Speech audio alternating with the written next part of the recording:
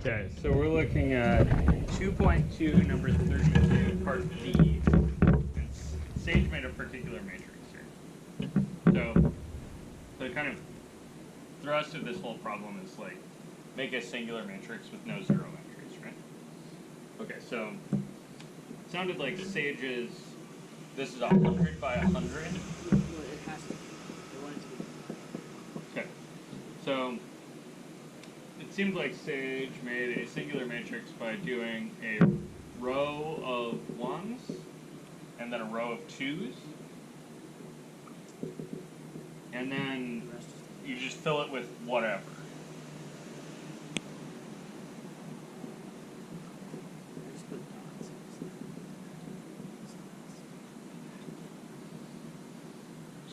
Fill it with the digits of 5 and drop all the zeros. Yeah. Are there zeros in 5? I don't. I think.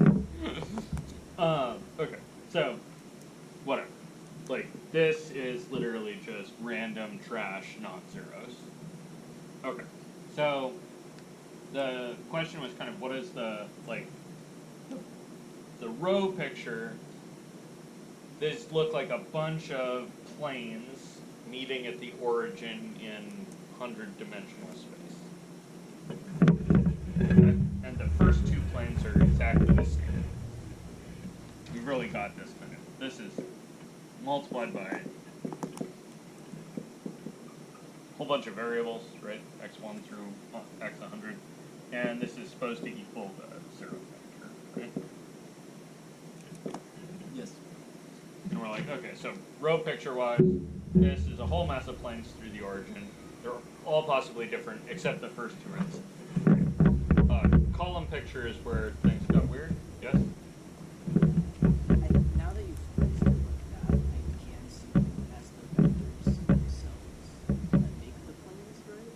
Yeah, I mean, I think that kind of crucial thing is like, if you're thinking about each of these columns as vectors, right?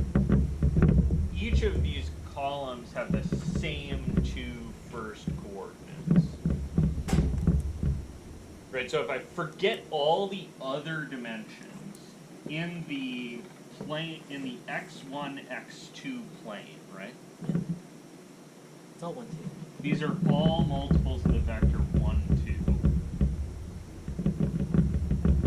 2. Right, so if I thought about the column multiplication picture, right? I'm going to have this first column times x1 plus the second column times x2 plus the third column times x3. But in that in that two variable pair, right? In just the first two coordinates, they all look exactly like this. And so they're all that scaled by some amount. So yeah, I can't fill that plane out. So I'm not going to be able to fill out 100-dimensional space because I'm missing, well, I'm missing that part. You like that? It's kind of weird to think about all the other dimensions that are kind of like bristling out of the middle of this freaking thing. Yeah. They're all at 90 degrees to one another, right? So x3 sticks out this way, and then x4 is perpendicular to all of those. So it's sticking out kind of like that, but you need to open space up a little more. Yeah. But you can kind of visualize it. So the way you kind of visualize it is you go like this. Yeah, it's literally just a ball of it's a This ball. is a ball of axes, right? And Yeah. they're all just perpendicular to each other. So you just put right angles.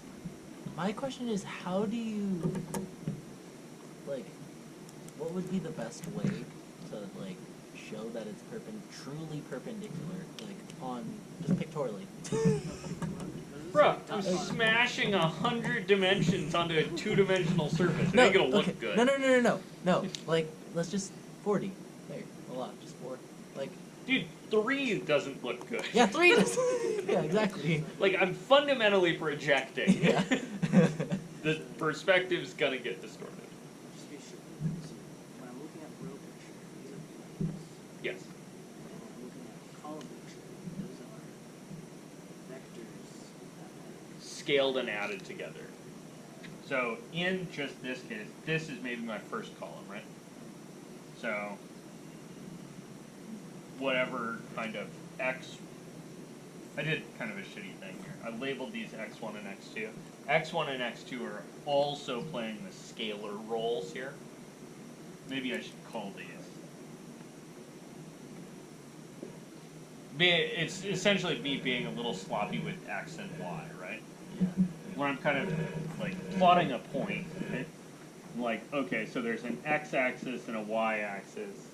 And then I'm going to write X equals 2 and Y equals 3, right? And I'm going to be like, point. But I mean kind of different things by these, right? That sort of makes sense. So in particular, I have my kind of first two coordinates, right? And I have a vector parallel to 1, 2, scaled by some amount x1. And then I also have it scaled by some amount x2 and scaled by some other amount x3 and some maybe negative amount x4. And then when I add these up, I'm going to be missing this direction out of that 100-dimensional space.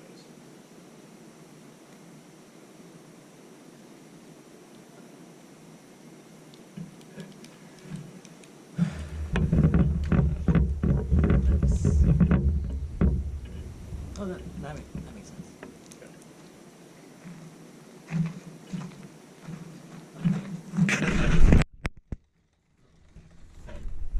Oh, good, I didn't turn it off. Colin, explain yourself.